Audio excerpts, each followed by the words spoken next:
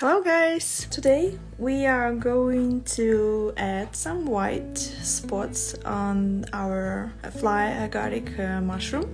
So it's gonna finally look like a real one and it's gonna look complete, at least this part. This is how my mushroom looks like. I finished stitching it yesterday, and I was also playing with a smaller mushroom, and for this one I started stitching from the top and I was moving down with and switching the colors, so you can go this way, and I was using only one strand of floss all the time because it's a smaller mushroom and it doesn't take too long to fill it. You will ask me how I will add the spots if we already filled all the space and all the marks are behind our stitches. That's fine. You can do it just looking at my pattern, and you can add marks like without any directions. You cannot draw on top of the stitches with this heat erasable pen, but you can do it this way. And so if you cannot draw and you cannot like follow the random marks by yourself, you can draw this cup on this part on the stick and stitch paper, and you can stick on top of it. So I already traced this part on the stick and stitch, and I will cut it out, and this is how I will be stitching. After you will finish, you can wash it away later when you complete entire embroidery, or you can try to slightly wash it away using this. Just put some water in here, and when you finish stitching the marks, you can erase this part of the stabilizer with water using this. But be careful, do not erase the stabilizer around it, because we need those marks for leaves which is around the mushroom, so be careful if you want to make it this way. And one thing I noticed when I was tracing this part and when I was placing it on top of the mushroom, I noticed that the shape of the mushroom is changed a little bit while I was stitching. So this is that can happen with your mushroom, because all the stitches, they go from the top to the bottom, and they can squeeze the fabric a little bit and reduce the distance from here to here.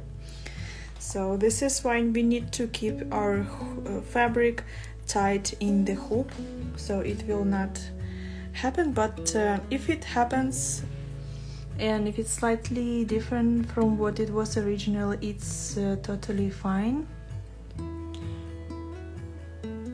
So as you can see, this is how it looks now. So the top of the mushroom is moved down, so maybe I will move this paper a little bit down, so I will have all the marks on the top like this, slightly down. So this is how it looks. The extra you can cut out, we just needed to make sure that we are placing it in the right place. We can just cut this out when we will not need it anymore. And regarding the colors for the marks, you have lots of options.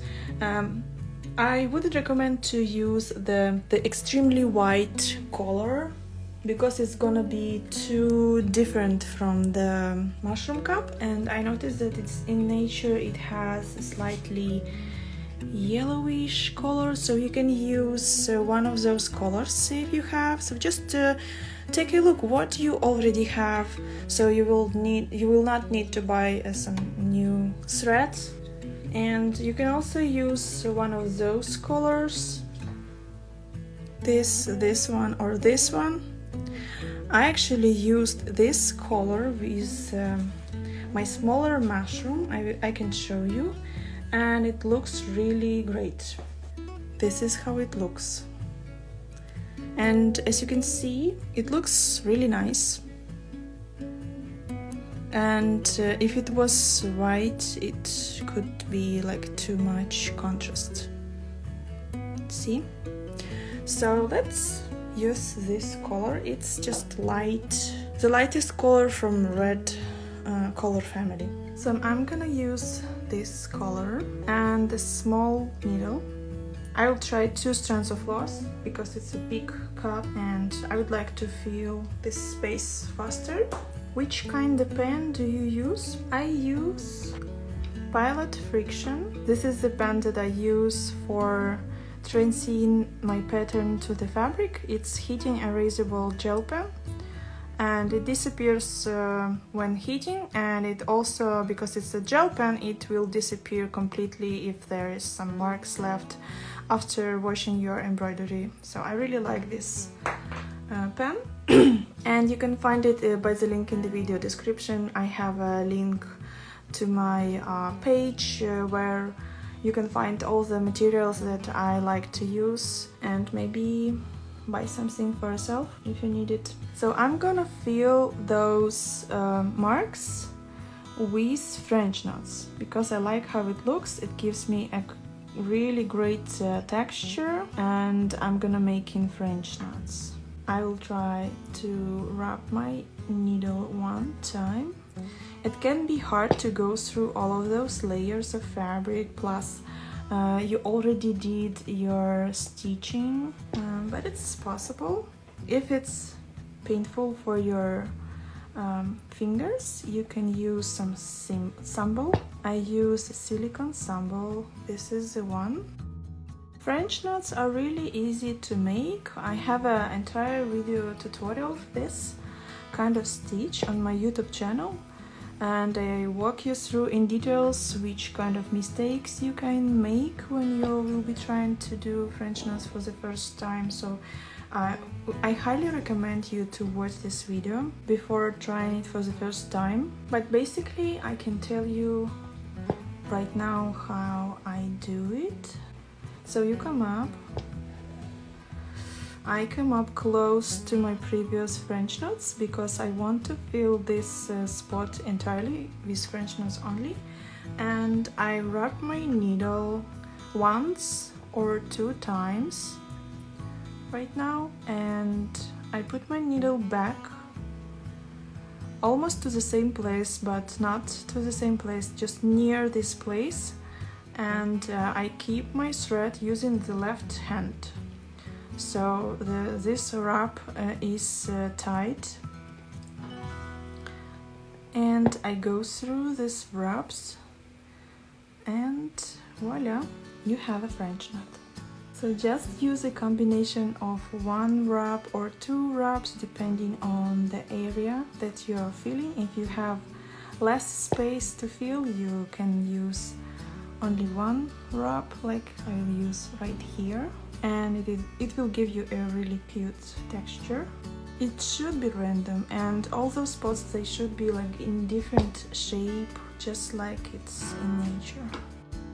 And I'm switching to another spot that I'm gonna be filling. For the smaller mushroom, it was much easier to go through because I used only 1 layer of fabric there. Here you have 2 fabrics, and we have the stick and stitch stabilizer, and plus another one on the top of the stitches, so it can be really hard to go through.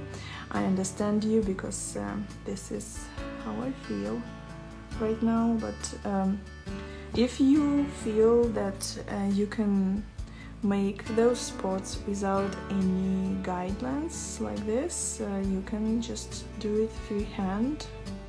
I could definitely skip this layer of stick and stitch, but for you, I just wanted to show how you can do it. You could stitch them first and then fill all the rest with long and short stitch. but it would be uncomfortable, I guess, for the long and short part. So I decided to fill the entire area with long and short and then add some French knots on top of everything. But you can try and see the other strategy if maybe it will work best for you. If you guys new here, this is a stitch along and you can join this stitch along by the link in the video description below. You can buy this pattern on Etsy shop or you can get it on my Patreon page. Just choose wherever works for you the best and you can stitch with me. I will walk you through every step of this pattern, so we will stitch everything that you can see here together, and there will be a video tutorial for every part of this pattern.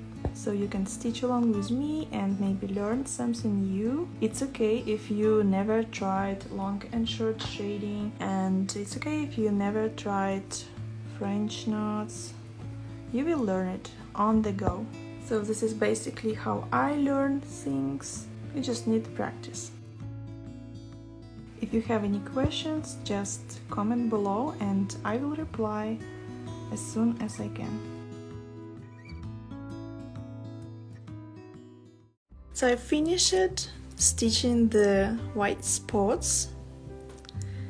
So here is how it looks right now, and now you can just remove this stick and stitch stabilizer, especially the part that you don't need.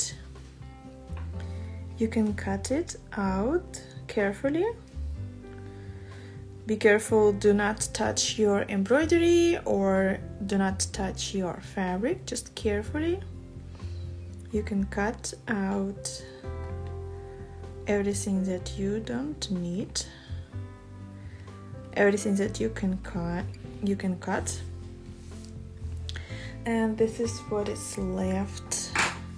And now I will be removing this stabilizer with water. At least you can just make it melting, and so you will see the stitches behind it. If you really want to see everything in a finished stage, so let's try. I have an ear cleaner and I have a water right here, so I will just try to clean it. Make sure that you don't use too much water and carefully near your stitches apply some water. You will be able to remove it completely when you will be washing this. It is like a jelly and it should melt. The same thing you can do with some embroidery on your clothing. If you embroidering and you don't want to wash it right now, you can wear it right after you finish your embroidery. So you can make it wet and carefully remove the stabilizer around your embroidery. So this is how you can do it, but yeah, it will not disappear completely because it will go through your embroidery stitches and it will still can show up when it dries, but basically you will be able to see the stitches behind it at least. Be careful because you need this stabilizer that around it you will be stitching everything else, so you will need it. Try to not make it wet. Let me know if you already used this trick in your work. Try to do it really gently so it will not distort your already made stitches behind this. It's not necessary to do it this way. I'm just showing you how you can do it if you want to get rid of it right now, if you cannot wait to wash your embroidery and see the final result. So you can do this way, or you can leave it. It will be washed away when you finish the entire project. You might need to change the side of your ear cleaner. You will see how it looks like when it dry in my next video tutorial next week. See, it becomes like a gelée like jelly when it contacts with water, and it disappears.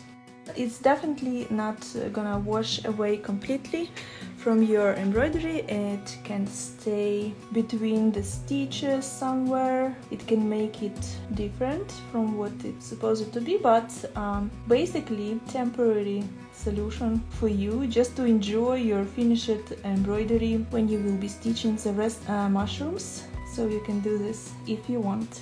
When it dries, it's gonna be much brighter. Yeah.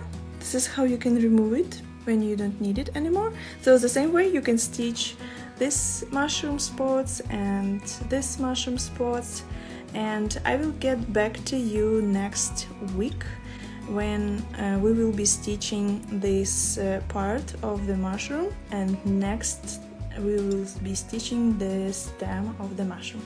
Okay, thank you so much and see you next time. Bye guys!